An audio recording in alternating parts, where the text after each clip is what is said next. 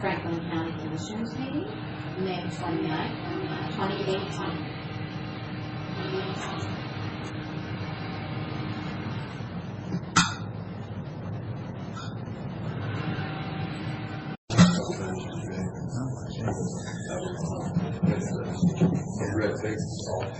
Well, good morning, everybody.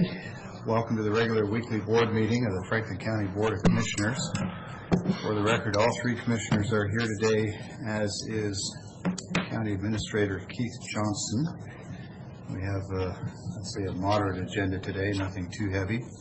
We will have a couple of opportunities for public comment, so if you're here to speak with the board on something that's not already on the agenda, you'll have two opportunities to do that. But this time, I'll go ahead and call to order the meeting officially and ask you to, if you care to, join me on the Pledge of Allegiance. I pledge allegiance to the flag of the United States of America and to the republic for which it stands, one nation under God, indivisible, with liberty and justice for all.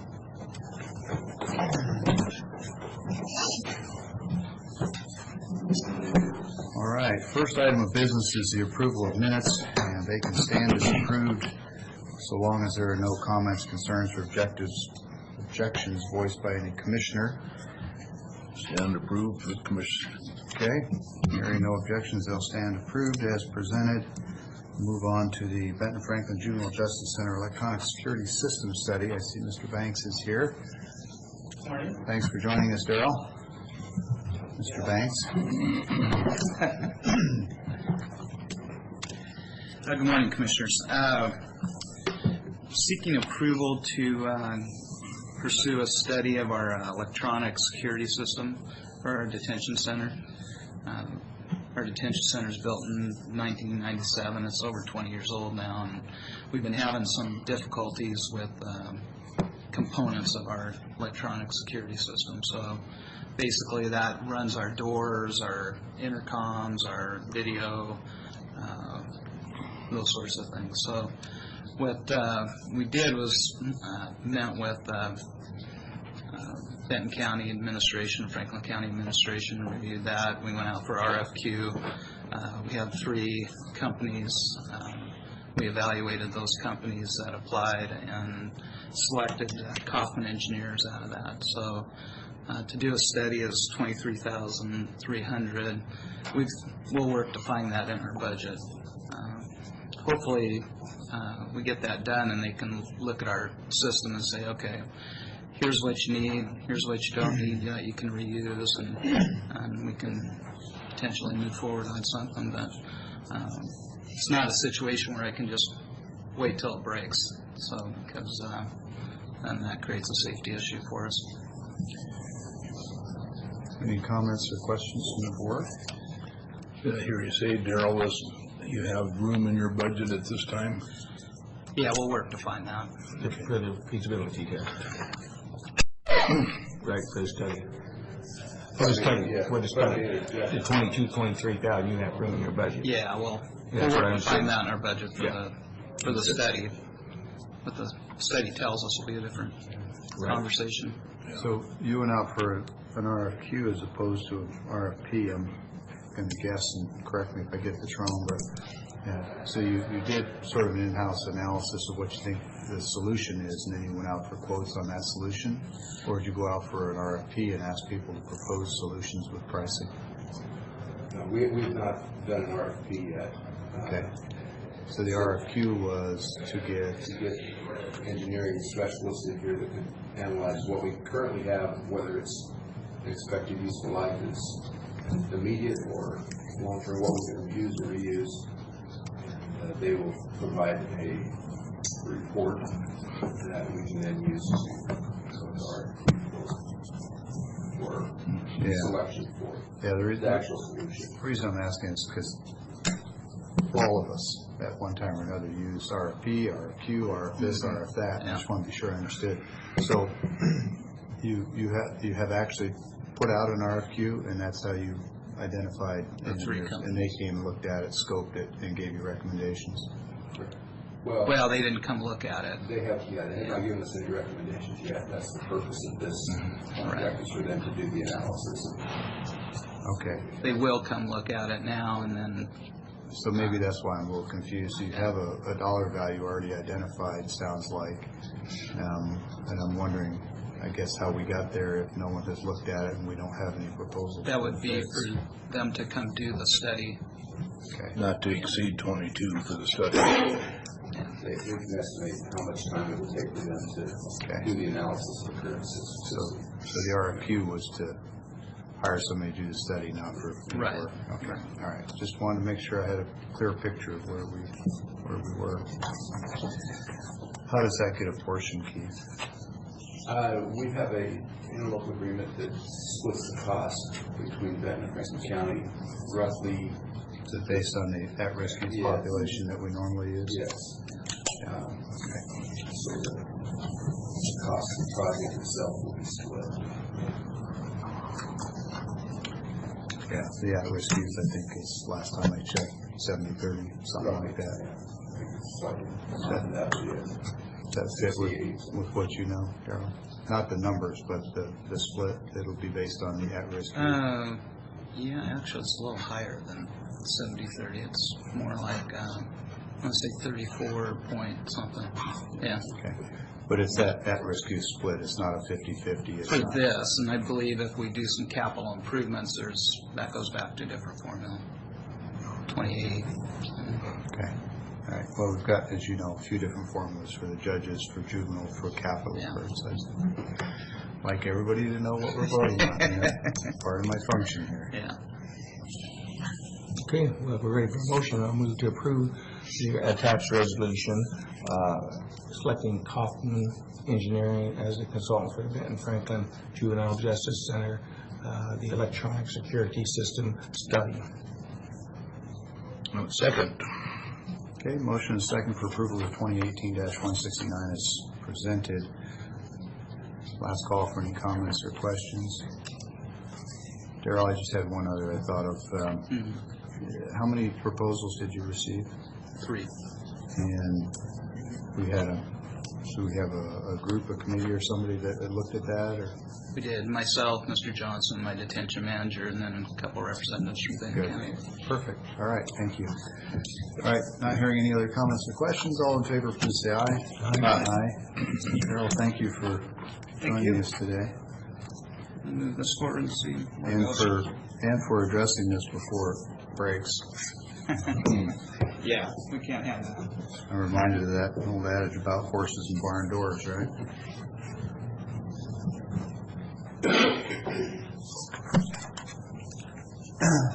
Darrell, on the last page here, there's a sticky note that says Darrell Banks ? Sign. Who do you want to have sign this? I'm going to assume it's not me because it's a bi-county, and I think it's probably going to be you. That's the actual agreement. So, all right. So we won't sign the blue tab. Okay. All right. Thanks for coming over. Okay. This is great. The first time in years we've been ahead of schedule, and we have guests. See how efficient we are. Trust me, it doesn't always happen this way.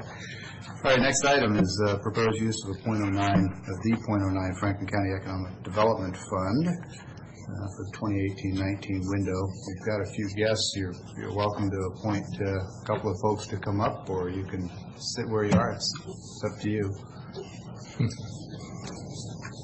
While they're talking about it, do you want to I'll make a quick introduction. Appreciate the fact we do have some interested parties here today. We go through an annual review process of allocating .09 funds for requested economic development projects in Franklin County. Under our economic development plan, there is a advisory committee structure with representatives from different jurisdictions, the county, boards, school district, and cities in the area. We received 2 proposals for .09 fund assistance this year. The one from the city of Pasco for $500,000 to be used in their east water treatment facility, and from TRIDEC for continuing to subscribe to a LEEDS business leads software tool. And we supported that in the past, and they're asking us to consider supporting that in the future. There's documentation in the package that's been provided to you. There are representatives from both the city and the port and TriDeck to speak to these. Gary kind of led, Gary from the port kind of leads that effort in coordinating that advisory committee, bringing them together. So express our appreciation to him. And he's here today to ask questions.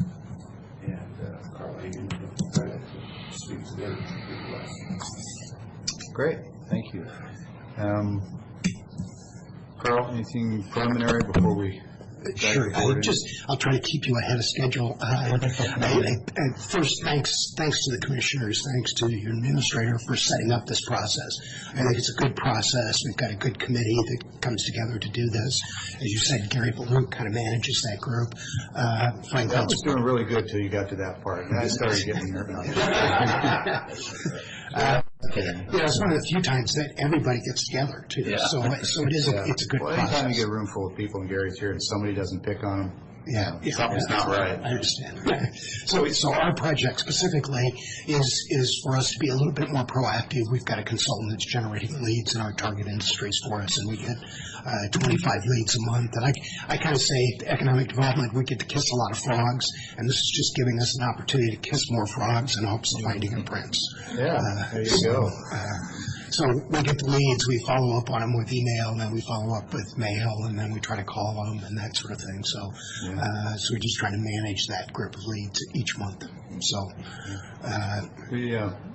last year was the first year we did this, right? Correct. And I seem to recall it was it's not a huge amount of money. Sounds like it might work. Let's try it, and then next year we'll sort of evaluate the results and decide if we want to do it again. Obviously, you wouldn't be here if the results weren't good. Can you maybe summarize that briefly? Well, I'll say we haven't found a prince yet, but at the same time, we've been able to use these leads in a couple different ways. One, to generate appointments at trade shows. So rather than hiring a consultant to try to get us appointments at trade shows, we asked this consultant to focus on companies that are either attending or likely to attend trade shows we're already planning to attend. And the two times we've done this so far now, we've gotten one show we got 10 appointments, the next show we got 11 appointments. Yeah. And of those, there are several of those companies we met with that are worth keeping in touch with. They've said, yeah, we're going to do something on the West Coast over the next couple of years. And so, our whole pitch is, hey, we're planting a seed. We just want to be considered when you do something. We want a chance to compete. The other leads that are non-trade show leads, again, we're just in the process of trying to keep in touch with those folks, try to determine if they have a project, and they'll hopefully consider us. So we think it makes some sense to do this, and I think nothing happens quickly in economic development. So, consistency and working through this for 2 to 3 years and evaluating every year to determine whether or not it makes sense. Hey, look at how much people invest to find even a new single credit card customer. Exactly. It's relatively small money for a foot in the door and to help keep certain relationships warm until they come to fruition. Absolutely. I think it makes a lot of sense. But anyway, any other comments or questions from the board on any of this? I've got a couple for the City of Pasco project, but I just want to hold those for now. Thanks, Carl. Thank you. So, Steve Wood from the City of Pasco is here. oh, okay, great. Sure, he'd be delighted to. Yeah, no, come on up, please. Have a seat. I don't think we've met, have we? No, I don't think we have. I thought it would be a good opportunity to come and introduce myself and meet you gentlemen. And so my name is Steve Worley, and I am new to the City of Pasco. I'm the new Public Works Director. And thank you. I just wanted to say thank you to the county for this opportunity to get these additional funds for the processed water reuse facility. I understand there might be some questions about it. There's some funding that we received last year, and then we're going after some more again this year. Because the project is so large, and we've broken it up into 3 distinct phases that we're going to continue to move forward and redo the entire facility to be able to meet current standards and also to bring on new processors that may come to the area. So with that, I'd be happy to answer any questions you may have, or whether now's the right time or do it later. Well, I've got a couple of quick comments and a question or two, but I'll defer to the board before I go. Read the read ahead, and like I say, we've shook hands before on this project, so. That's been my understanding. I think it's been real supportive by a lot of people in the area, and the county included. And I know it is really important to the processors to have a single place to send their processed water. And the proposal that is being studied right now is to improve the system to a level that we can even utilize that waste stream even more effectively than what we're doing it right now. Obviously invite more processors in. Yes, we have one that we need to get on the system as soon as possible, and then there is room being designed into the system for 2 additional processors as well, in case we're so lucky to be able to have additional processors come to the area. So It's also proactive.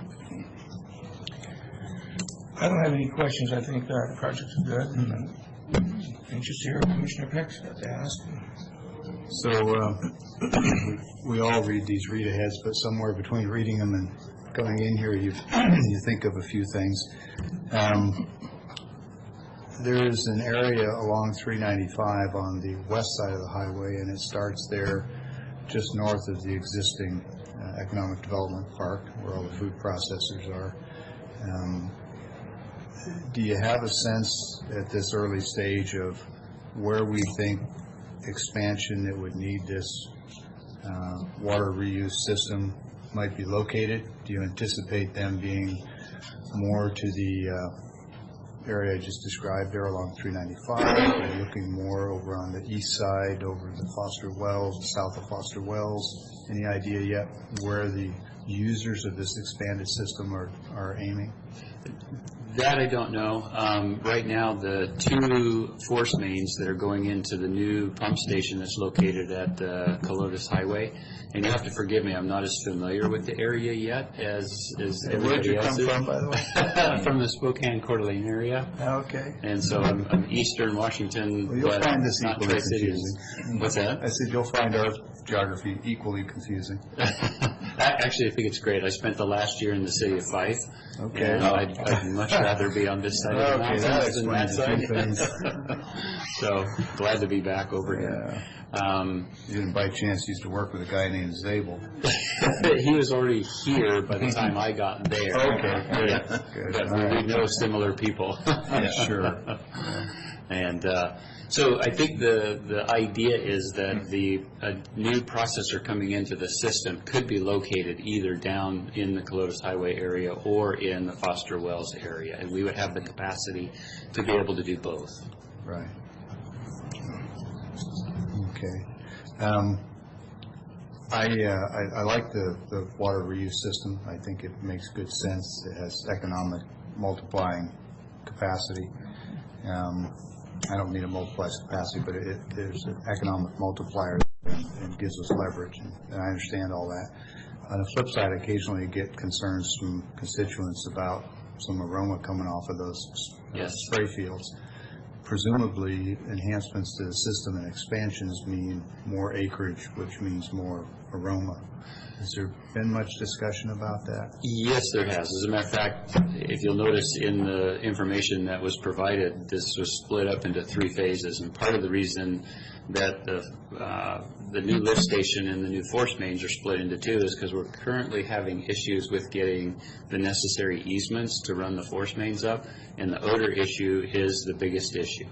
And so I am preparing a letter now to address that, and the idea is that the improvements that we are proposing at the treatment facility will address odor. We will add a process into the system so that it will clean up the water and get rid of the odor. And I'd have to get technical into aerobic and anaerobic processes in the treatment of water and all that kind of stuff, which I don't think we want to get into. I don't know. Worked a few years in anaerobic digesters for dairy farms. It might be interesting. There you go. So you're familiar with it then. Sure. And so the idea is we're going to be adding a new process that will allow oxygen to be added into the system to make it more of an aerobic system rather than an anaerobic system. And that in and of itself will help get the odor issue under control. And will that be just the expansion portion or the whole? It'll be the whole thing. The downside of it is it's going to take a while to get that system in place, so it won't be something that we can deal with immediately.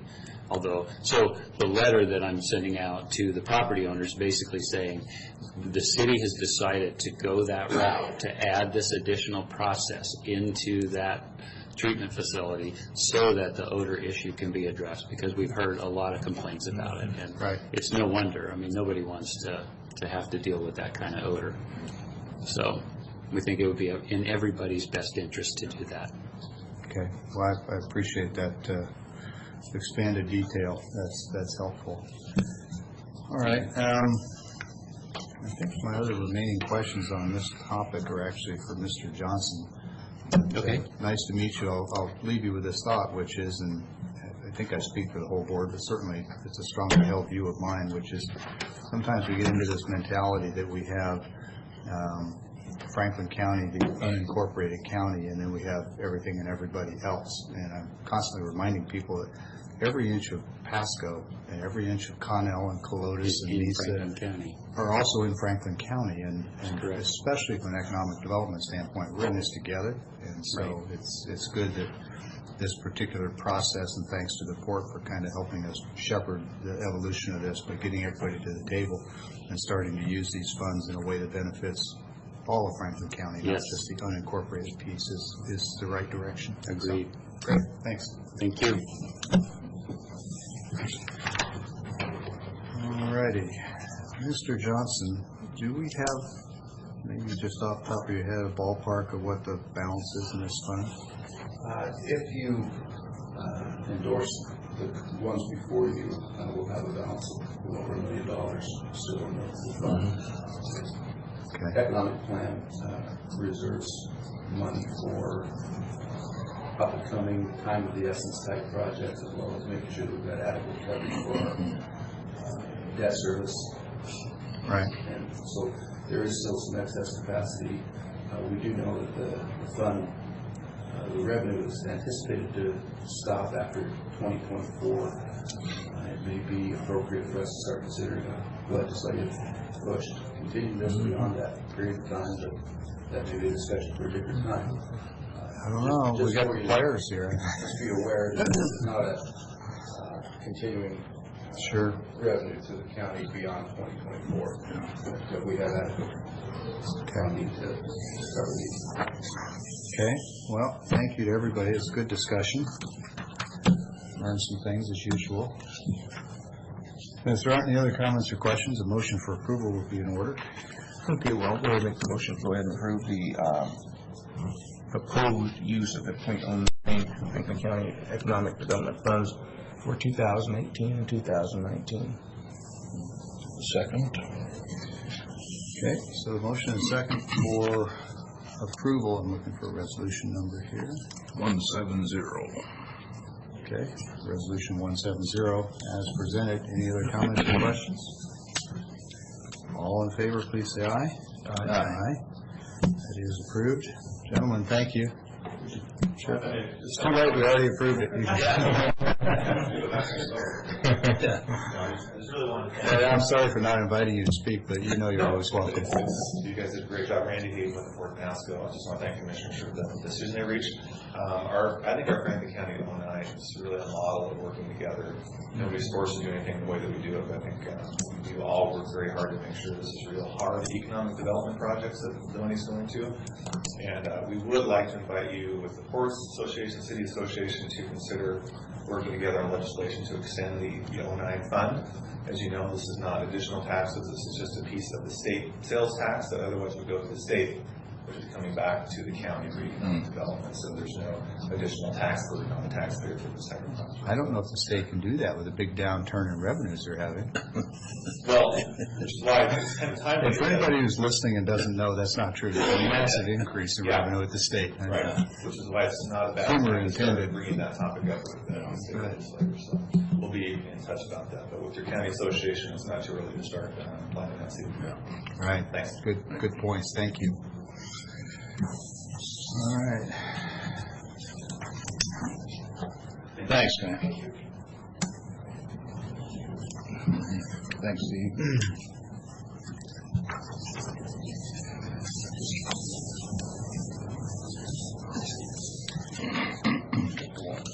Okay. Next item on the agenda is public comment. Anyone wishing to meet with the board or comment on anything? Now is the first of two opportunities.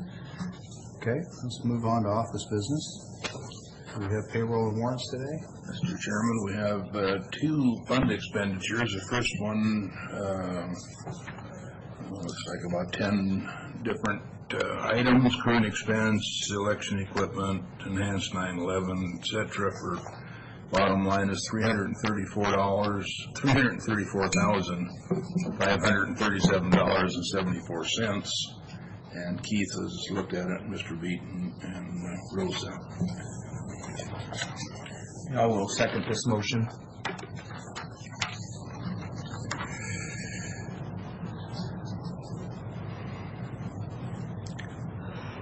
I heard the word equipment, as in election equipment. Anytime I hear equipment, I think capital. And so I'm just checking. This is a revolving fund. It looks like an ongoing payment for previously purchased equipment or something. So just wanted to take a look at that before we voted. All right, we have a motion second for approval of fund expenditures as presented. Hearing no comments or questions, all in favor, please say aye. Aye. Those who approve. And one final, and this also is a fund expenditure, but the warrant will be issued today, so it is for $3,630. Okay. Second.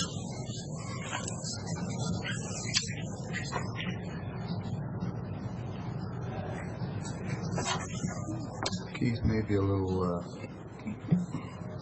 explanation on this one. For some translation services, I can't tell you off the top of my head why the invoice was delayed, whether that was from the vendor or our fault to avoid breach of contract. They asked to speed the processing up. Okay. It would otherwise have approved the processing. All right, that's what I was looking for. Appreciate the extra detail. All right, so a motion and second for approval of fund expenditures as presented. All in favor? Aye. Aye. Those are approved as well. Okay, on to the consent agenda. We've got 11 items today. Are there any items that anyone would wish to pull out for separate discussion? It doesn't prevent discussion once we move forward, but if you want to treat it as a separate item, now would be the time. Number 11, why don't we pull that out? Just, or we can discuss it before either way. Well, your preference. You can pull it. I think we should discuss it before, so we don't have to bring it back in. If we could. Just the concern I have with this. Let me just hold on for a second. Are there any others, Commissioner Cook, that you would want to separate out? Or I would move for approval of the consent agenda 1 through 11. and I'm going to assume there's a second with Yeah, discussion. there's a second with discussion. Okay. All right, Commissioner Miller, Okay, please. so we talked about this last week with our PA, Sean Sant, the authorization of litigation against certain manufacturers of opioid narcotics.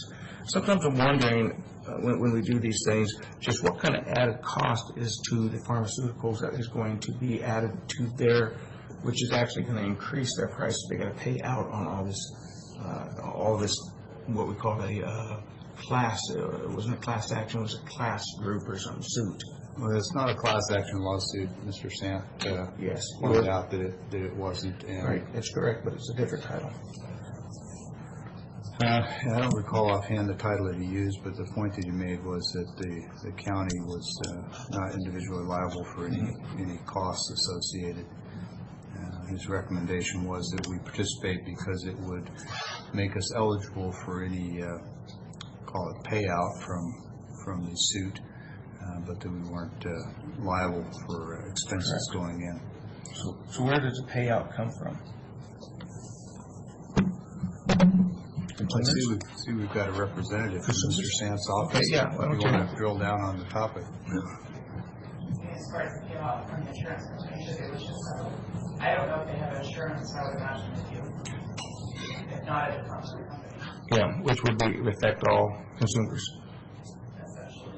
Pharmaceutical prices are so high now, everybody complains about it. That's just what my discussion was, is it really doing the right thing on, I like all the rest. We don't pay anything into it, and we receive, if it goes through, which of them could help our local use opioids or whatever we've got for narcotics here.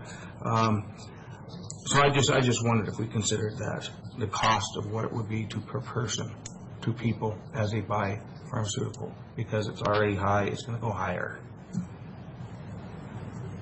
Possibly. That's what I'm asking. That's the question.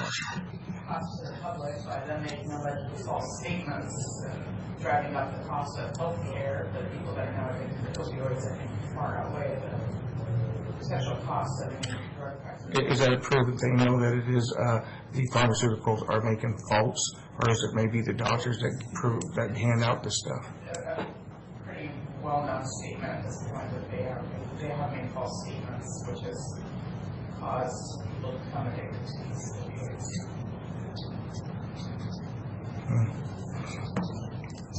I have more concern with doctors that give them out and call and say, you want more? You want more? That's my concern with this problem.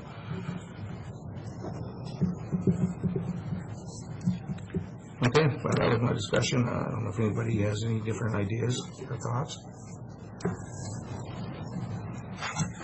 I don't have any other comments on 11. Commissioner Cook, anything on 11 before we move on? Negative. Okay, I wanted to add a note on item 9. This is with the lease with the museum. I wanted to kind of refresh my own memory and make a couple of points. One is the building was/is, the terms are a little fuzzy sometimes, owned by the city of Pasco, provided to Franklin County essentially at no cost, so long as it continues to be a museum. We can't use it for anything else. If we do, it would, as I recall, revert back to the city.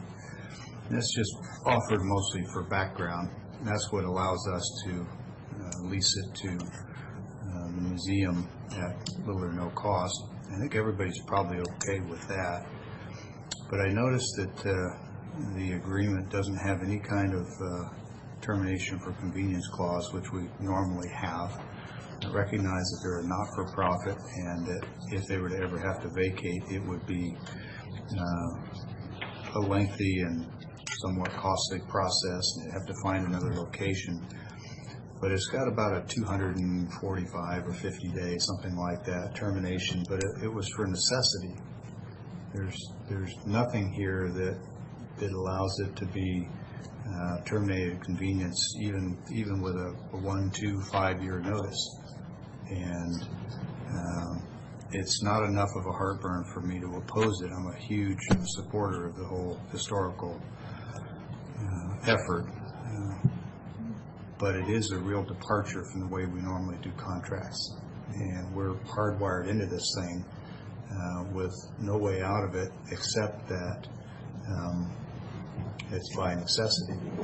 You can roll all that up and say, well, yeah, it's probably not a big deal, and it probably isn't. Until you recall that under our agreement with the city, we're also obligated to pay all the costs of maintaining that facility. So we could find ourselves in a 20-year contract with no exit strategy and a written obligation to maintain it. And depending on what those costs are, it could be problematic. So, again, it's, if it weren't for the fact that I'm such a huge supporter of that whole process, I'd probably just vote no and be done with it. Because there are some things that are really outside the box for us. ask the question, what is a necessity? If the cost of repair were exorbitant, would that not fall in the definition of necessity? I can't envision the museum staff, undertaking a legal action with the county to dispute what's a necessity. Right. So I acknowledge what you're saying. The risk is probably pretty slight. I'm looking at it more from a process standpoint. Sure. That This is different. and it's a compounding effect, really. It's on the one hand, its determination is only for necessity combined with a 20-year contract. If it was necessity only and it was a 3 or a 5-year contract, then okay, fine. But we're signing up for the folks that will replace us 2 or 3 times over, hopefully. And it just struck me as pretty tight. So I don't know if anyone else has got any concerns along that line. I would feel better if this had a termination for convenience with, say, a 24-month notice. If we had a strategic plan, we needed to turn that building back to the city, or there's situations where we might have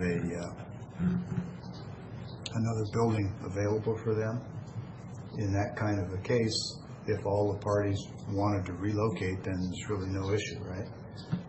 Except that I don't think there's anything in there technically. I'm sure the attorneys would say don't sweat it, but there's nothing in there to end the contract, even by mutual consent. So then do we get in a position where you've got people at the museum who don't want to move, say a portion of the staff, and some that do, we get into a debate about whether or not the contract can even be ended. You're the only person sitting up here with a law degree. Those are fair questions and observations. Look at the risk of difficulty as being relatively low, but if the board's got enough concerns, we'd be happy to redraft some language and bring it back to the board next week. The only thing I would point out with the timing on, it's not particularly of the essence of the board, but the current lease does expire May 31st, so we may operate a couple of days without existing lease, but again, we can view that as a minimal risk. We don't think we're going anywhere anytime soon, but we can add that language and bring it back. Yeah, I don't have, I know the people over there don't have any concerns about the program, what they're doing, it's all great. This is really more a process and practice question. Do we want to establish a practice of contracting in this fashion? Seems to me like it's not great practice. Well, we've had this discussion years ago. I can't remember the result of it. I think it just came down to the working partnership we have with these group and with the city. But well, this contract we have now has been in place for 20 years. Yes. And there hasn't been any discussion of it that I can recall in the 10 years I've been here. So. Well, a couple of years ago, I thought, maybe when you first got here, we brought it up. Well, a few years ago, I talked about the city giving us the property without the limitations on it so that we could make improvements to the building. They wanted to do a breezeway in the building. Right. And the city would not release the encumbrance on it. In other words, they wouldn't just say, okay, you can have it. And so that's what that was about. And I remember that, and I thought this was involved in that discussion. But regardless, it's still, we work well with them. And if it, if anybody thinks there's a way of doing it without getting them upset and making it workable, I don't see why we shouldn't. We do have a good working relationship with them, as you know, and just maybe we better, like you said, 2 or 3 times over, new commissioners might have a different problem. Well, personalities do change. And we could simply do it with a motion to approve and separate out item 9. We just take that as a separate action, a motion to approve. The proviso that we add a sentence to the contract that says either side can terminate for convenience with, make it 24 months notice. So that no one's ever put in a tight spot or have anything happen abruptly. Actually, I don't have a problem with that. If it puts it on ours. That way, if we get into some strategic planning, where the city wants to come in and do a redevelopment of an area, or, you just don't know. I just don't like us boxing ourselves in tight for 20 years.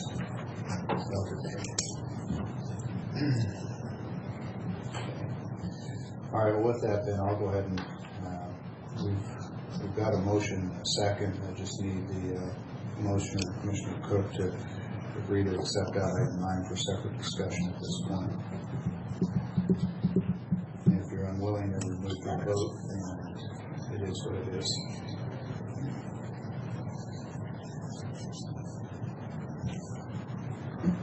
Are you going to adjust your motion? No, you made the motion. Who made the motion? I didn't make the motion. I did. Yeah, I'm sorry, I'm adjusting it. So it's necessary for the motion maker. Yeah, I can pull 9 for further Okay, consideration. Seconded the Right, motion. right. Are you willing to? Yes.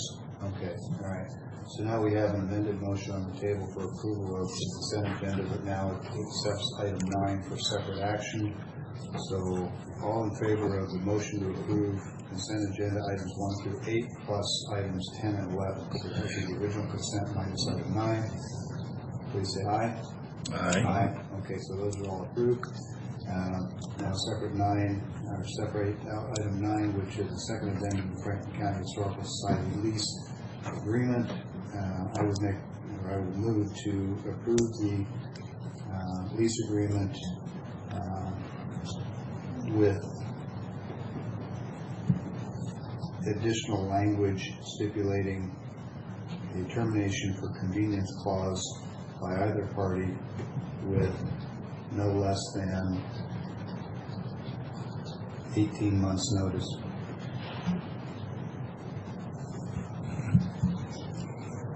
And that would require a second, and then we can vote. So we went from 24 to 18 in that I reason? changed my mind in thinking because, well, we'll keep it 24. Let's keep it 24. The process, when I proposed the notion and you adjusted your motion, it was based on the understanding it's going to be 24 months. It's not fair to change it. That's a good point. So it's 24 months is the motion to approve as presented with the addition of a termination convenience clause for 24 months. Okay, second. Okay, so motion and second for approval of what was item 9. Second addendum, Franklin County Historical Society lease agreement as presented plus termination convenience clause with 24 months notice. Any other comments? All in favor, please say aye. Aye. So sounds like that passes. Thanks for indulging the extra time there. One more statement, just on number 11. I do see, it says against certain manufacturers. Oh, she left. Jim did, okay. So because of that, there probably is some data that is saying that these manufacturers are not being truthful. So I just wanted a discussion on that with the cost being raised. But since we're fine with it, I'm going to vote for it. I think that's the point of the litigation is to determine whether or not these manufacturers have misbehaved. Well, it is. The court holds them accountable. We'll get on it. Attorneys make a lot of money on these things. Okay, so that completes work on the consent agenda. Next item is administration office business. Keith, you want to? Did you vote on item? We didn't vote on it. Well, we voted voted on on 9. consent first, and we approved that. Okay, That was 1 through 8 plus 10 and 11. Thank you. Okay, thank you. Yeah, we did. And then we handle item 9 as a separate item. Okay. Okay. Yes, in terms of the administration office business, we discussed this item before, had some recommended changes to the language in the agreement. Tiffany Kaufman, representing track here today, answer questions that you may have based on the updated language to the liquor contract with track and providing that service to customers, and turning over most of that work to S&S Hospitality. And certainly stand for any questions that you may have. Tiffany, is there any instruction you need?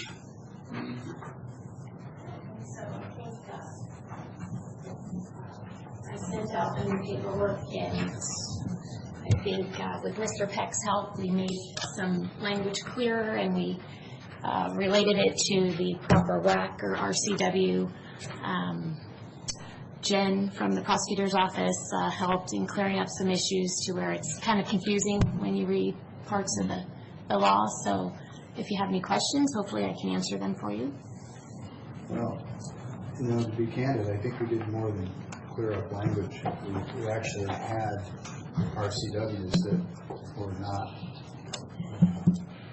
conveyed in a way that it was consistent as to who actually holds the sports entertainment license and who actually is the secondary, and to what extent are they a party of interest. And so in one document it was this way, another document was this way. So thanks to everyone who participated in untangling that rather annoying ball of yarn, because I think that's kind of what it looked like.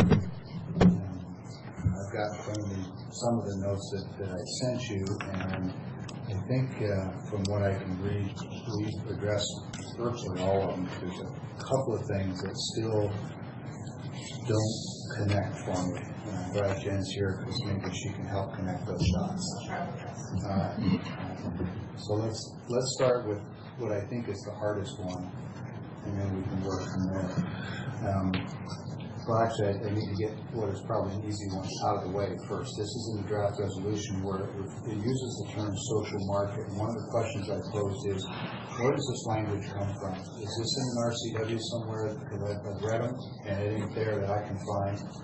And I understand colloquialisms and business jargon, but in this case, I think it has the risk of adding to the confusion, not reducing it. So let me ask, what do you mean by social market?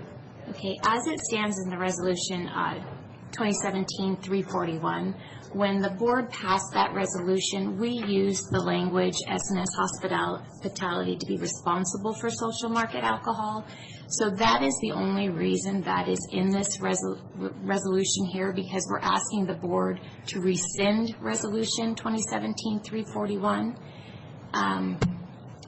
So when you look at that resolution, it's in the recommended part below when the board passed the resolution, and it was also above when we were asking that's what they handle, would be the social market, not public. Is it in the new resolution? No, it's in the new resolution only because it's referring to the resolution 217-341. All right. Okay. So we're not using it anywhere else. No. We're just citing that that's what the Correct. ordinance said. Correct. Okay.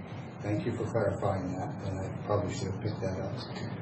All right. So then back to what I think is one of my biggest concerns is 6624-570 4A, which is one of the things I called out. And my question was, what does this mean for the large public Hispanic dances? And just reading from 6624-570 4A, where it says, if the event is open to the public, it must be sponsored by a society or organization as defined by RCW 6624-375. And you go on and you look at 6624-375, and it says society or organization is used in this statute means a not-for-profit group organized and operated solely,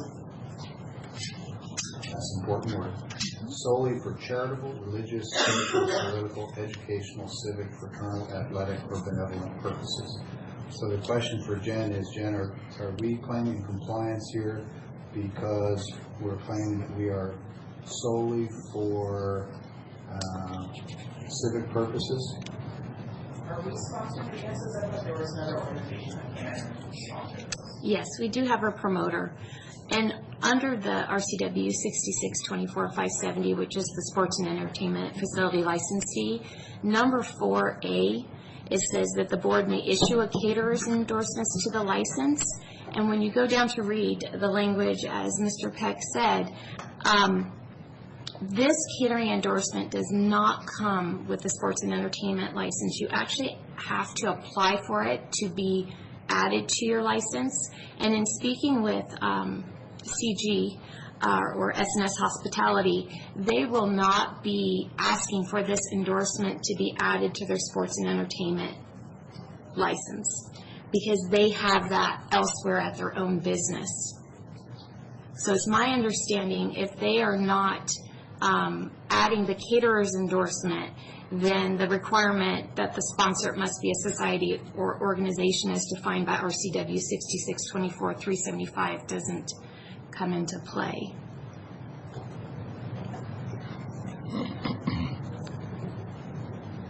Well, that really gets interesting then, because are they going to store their liquor at the track? They are storing their liquor at the track. So it's not an off-site catering activity? Correct. It will be stored in a locked location at the track center. And it will be delivered there. Currently, under their current license, they could not have any deliveries at the track center. They had to bring their alcohol over. Right. But with this license, without that caterer's endorsement, they will be storing their liquor at the track, and they will have it delivered to the track.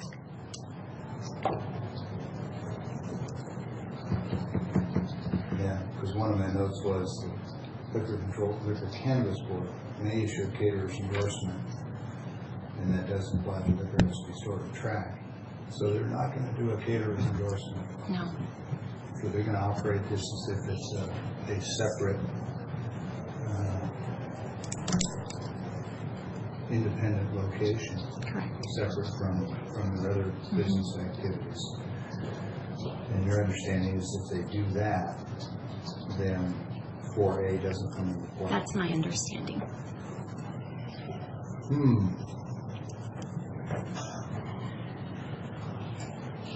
And we are doing a sports and entertainment license. They are. They are applying. Originally, it said that we. Correct. They are the licensee. They're doing the license. Okay. We are the location, and we are an interested party. Right. Okay. Give me a minute to try to get through all the language of the victuals. It's a word I haven't seen in a long time.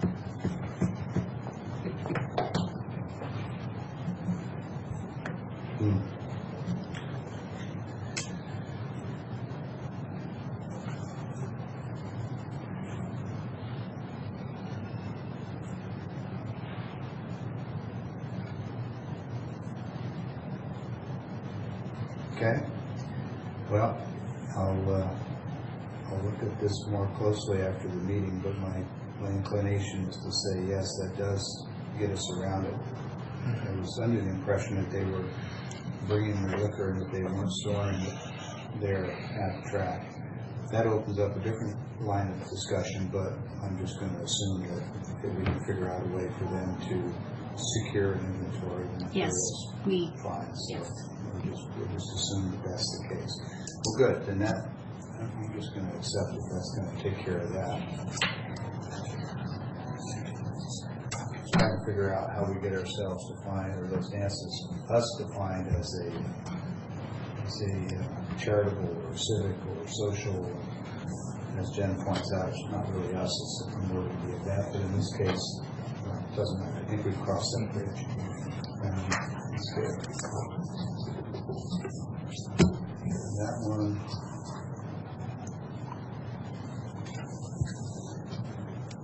So in Exhibit A1, which is the scope of services,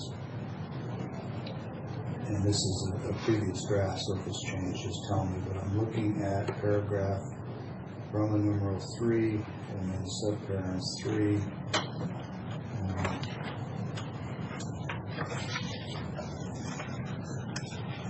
CG will provide standard bar menu pricing for alcohol-related sales.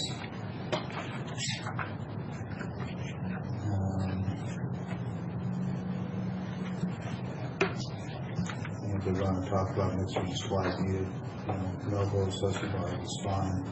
The question I have is that sentence, I don't see anything that says that that's been deleted. That sentence is still in there. That sentence was changed to be a little bit, it says CG will provide bar menu pricing for alcohol-related sales that will be published in the track catering menus presented by CG Catering. So we have a track menu presented by CG Catering that is published.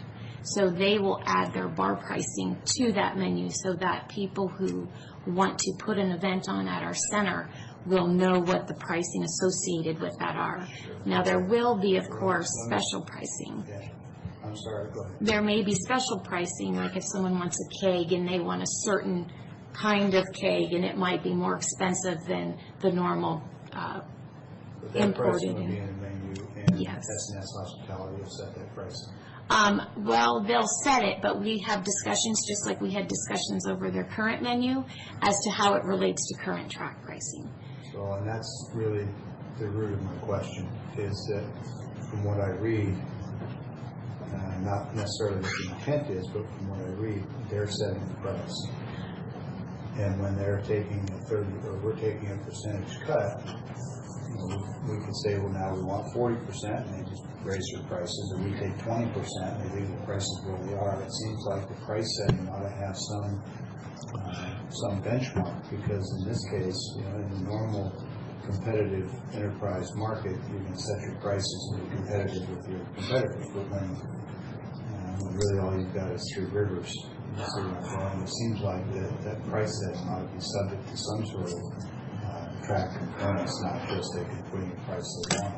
And in the discussions with CG, and just like with the catering side, there was discussion prior to that menu being for public for public use. So I believe that same process will be held, because we don't want our customers to have a huge increase in price. We want it to be seamless. So that will be a discussion with S&S Hospitality and track staff to make sure that So I'm glad happens. you brought that up, because I have gotten feedback, and I know these two gentlemen have as well, about prices going up at track, and food prices in particular.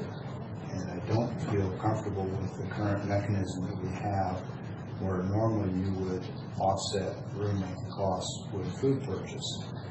We've got a little bit of that, but the breakpoints are huge. And so practice is one thing, but practice changes with personalities and staff and time. And back to the museum thing, it's really about process and having good contracts that protect the interests of everybody that's participating. So I'm not comfortable with it being a unilateral price setting by the entity that is receiving 70% of the gross proceeds. I know the company. I don't have any reservations about them at all. Ethical, trustworthy, all that good stuff. But from a process standpoint, I don't think we ought to have one side, especially it not being tracked, setting pricing for alcohol service. It really wasn't the information I was expecting. I thought that there was something somewhere written that said that this is a process where we sit down. And Well, the process is there, it's just not written. and that's a very good point, because during our audit, the state auditors found that we needed to have the board look at our pricing on a yearly basis. So within the next few months, we're working, probably track, Keith will be working on a policy that does exactly what you say. It sets a process for setting prices that the board approves, either on a yearly or every 2-year basis. So I understand the need for that, and we are working towards that. Do we have a clean copy of the Exhibit A1?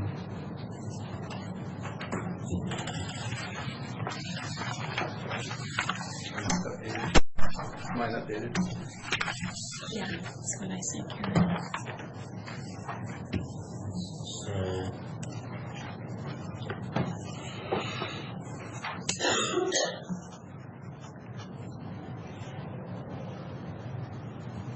that's 3.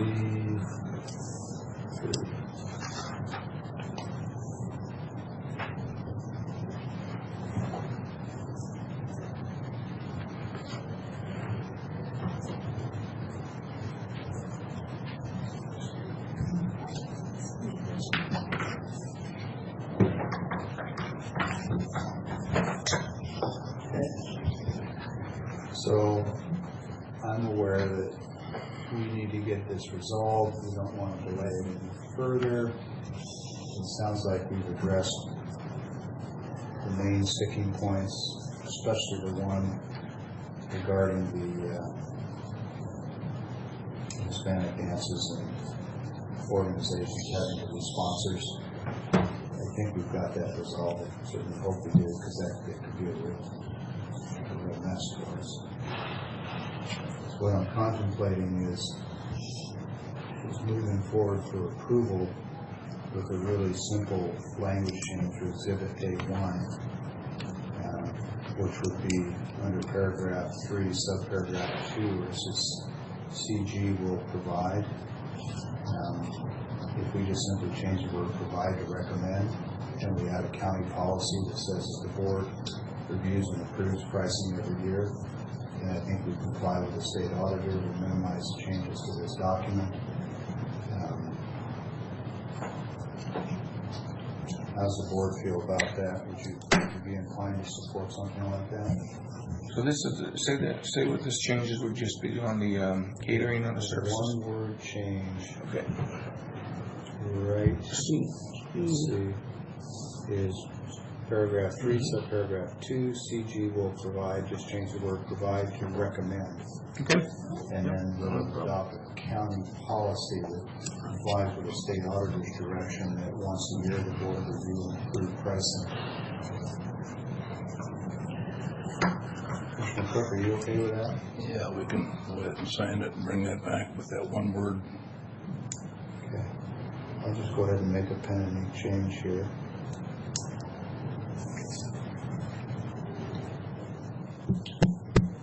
And unless there's objection, I'm willing to make a motion for approval and stipulate that. Okay. Any objection to that? Nope. Okay. So then,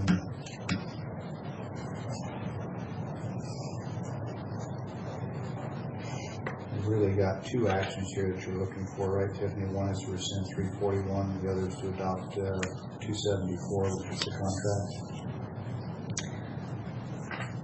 Well, we're amending Resolution 217-274 to add Exhibit A1 to that, and then we're rescinding 217-341. Yeah. Just what I said, but the other way around. Just making sure. Okay. Listen, three-way communication, it's good.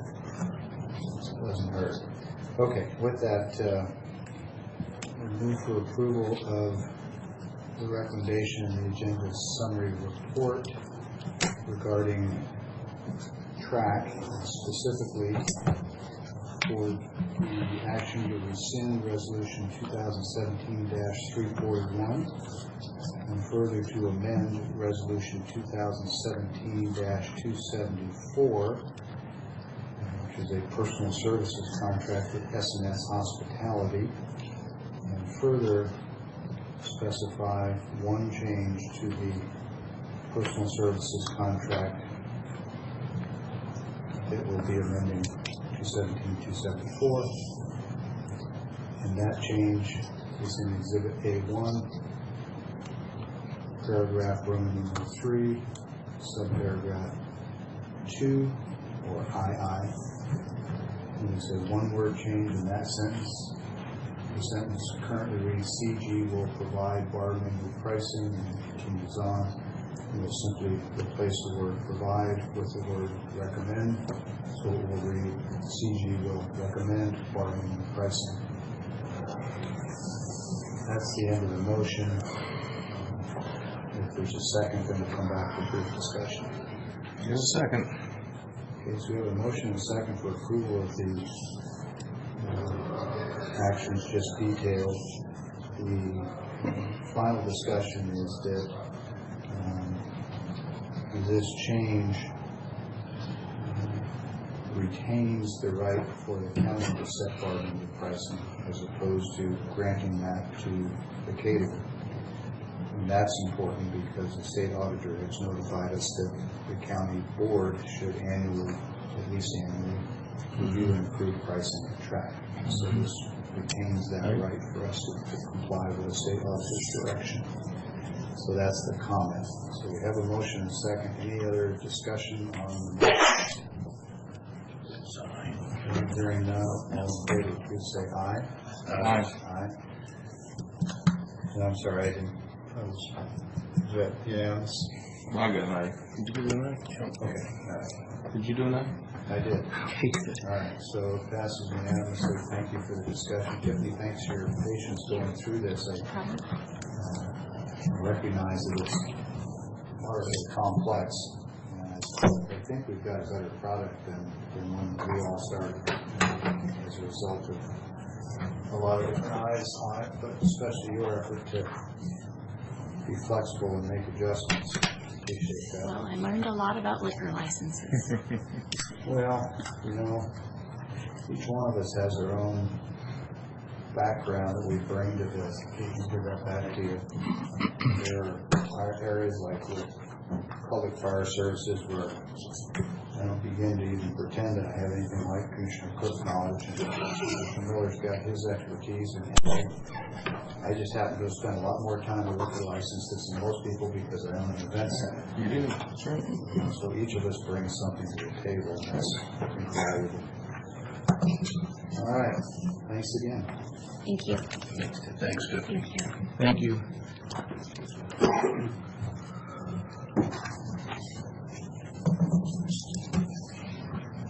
Keith, I'd appreciate it if you would kind of keep eyes on that and make sure that that exhibit actually gets changed.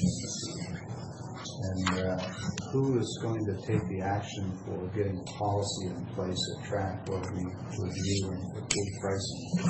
And I will work together with that. Okay, and not looking for a hard commitment, but you have a rough idea of when you think you might have time to. Yeah, it should take a few weeks. Okay, all right.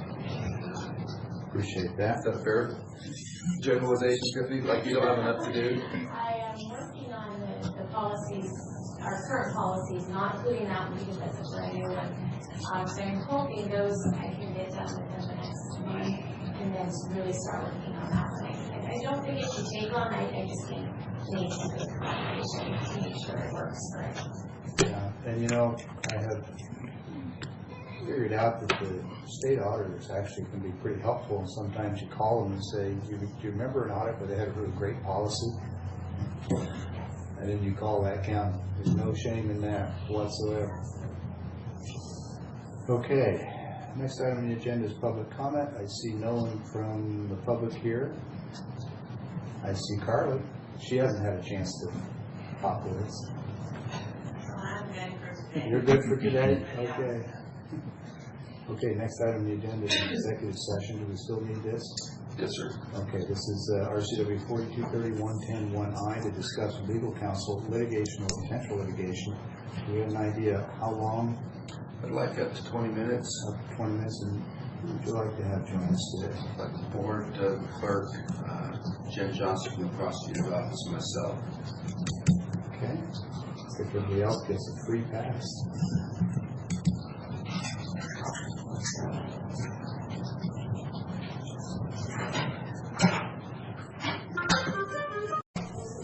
There you go. Okay, it is 10:28. We've concluded our executive session. We're now back in open session on the record.